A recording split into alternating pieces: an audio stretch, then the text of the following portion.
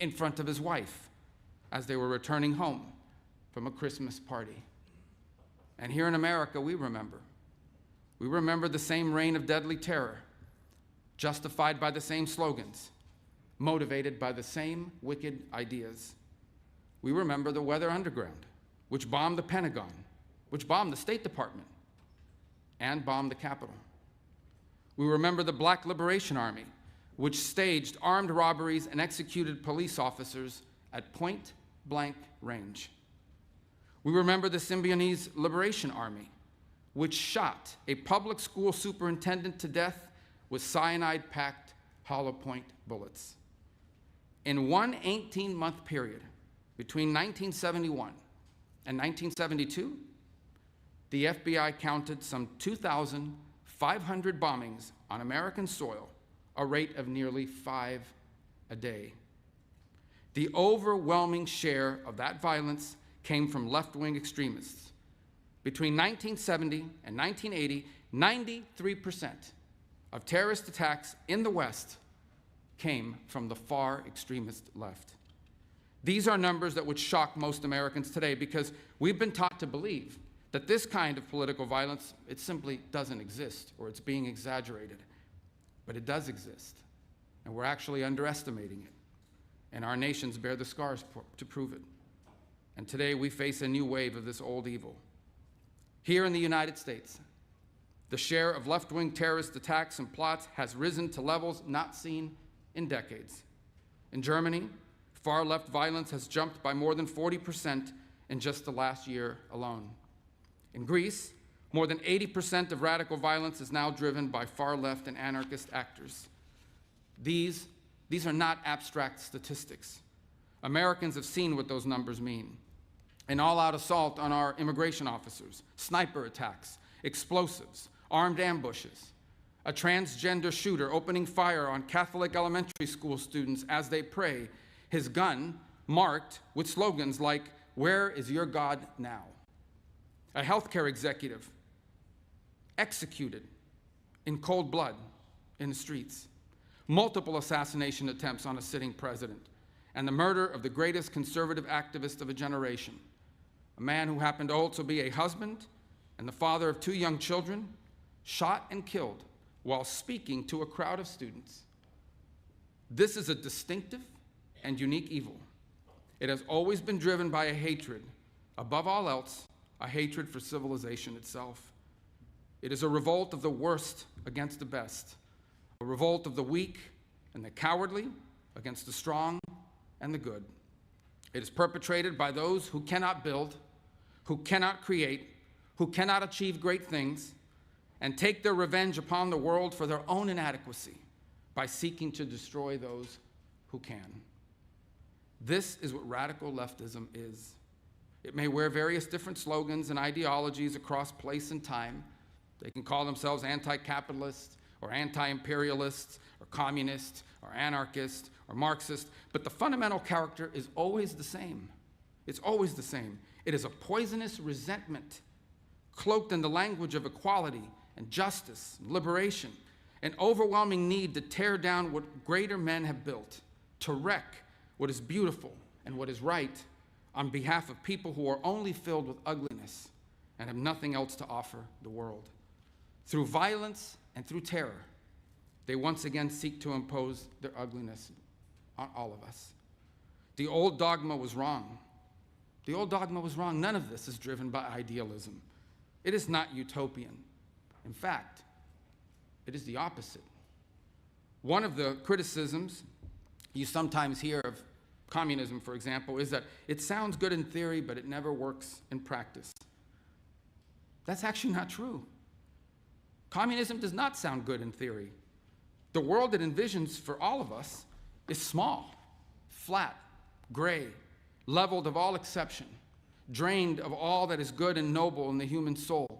The world it envisions is a world without courage, a world without creativity or ambition, a world without heroes or glory or great causes to strive towards, a world without miracles, without myths, without men who rise above the rest to do incredible and extraordinary things. And the world communism envisions is a world without God.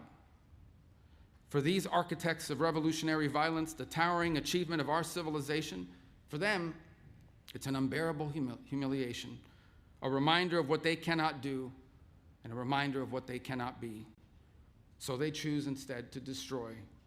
They attack pipelines, they attack railroads, they attack power grids and laboratories, the physical embodied symbols of power and invention and achievement. This is the nature of the terrorism we face today. They despise the West because the West is great. This is an international conference because we are facing a transnational threat. These are not distinct and isolated cells. They are interconnected networks. They do not recognize our borders. They do not believe, in fact, in the nation state itself. They coordinate, they communicate, they travel, they train, and they act together, sharing the same infrastructure, sharing the same enemies, sharing the same mission. Antifa militants and their comrades travel from across Europe and to the Americas to participate in each other's attacks, to funnel propaganda and training materials and target information through shared encrypted channels, moving through underground networks of safe houses and finance, and sustain their operations through transnational funds. And they work alongside hostile foreign states that share their mission, like Iranian proxy networks, who are increasingly intimately tied to leftist militant groups around the world. The Cuban regime's sprawling intelligence and ideological network helped to build the far left in our country and in our hemisphere, and it remains inextricably linked to the far left groups and movements across and beyond the West. Today's far left terrorists can raise money in one country. They can host their communications in a second country. They can receive training in a third country. They can recruit militants in a fourth country, and then together strike a target in a fifth country. And so we have no choice but to confront this menace together. We will either cooperate across our borders, or the terrorists will continue to exploit the gaps between them. Under President Trump, for the first time, the United States is building the infrastructure, the partnership, and the strategy to defeat the scourge of far-left terror.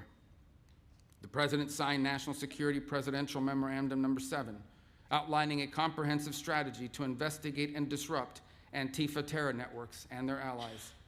Last November, the State Department designated 4 violent far-left extremist groups as foreign terrorist organizations, and there will be more designations soon. In December, we announced Rewards for Justice, offering up to $10 million for information disrupting the financing behind these groups. In May, we convened the first counterterrorism law enforcement workshop, joining American law enforcement officials and their counterparts in our partner country nations together to map and develop strategies for dismantling these networks. The next workshop will be co-hosted with our partners in Germany. The coalition we're building together is already bearing fruit, and we are here today to build on that work. We can and we must identify and map this threat and rebuild our counterterrorism architecture to defeat it, just as we have done together before. Now we must do it together again. Through intelligence and information sharing, through coordinated law enforcement strategy, through financial targeting and disruption, we will dismantle these networks brick by brick. It is time for the people of the civilized world to defend ourselves, to stand united against this encroaching darkness and fight for what is ours. It is easy to destroy great things. It is far more difficult to make them. The enemies of civilization are only capable of the former. They are only capable of destroying great things. All they know is destruction. But we have built great things together. We have done it time and again. We know what we must do, and now we must do it. Thank you for coming today.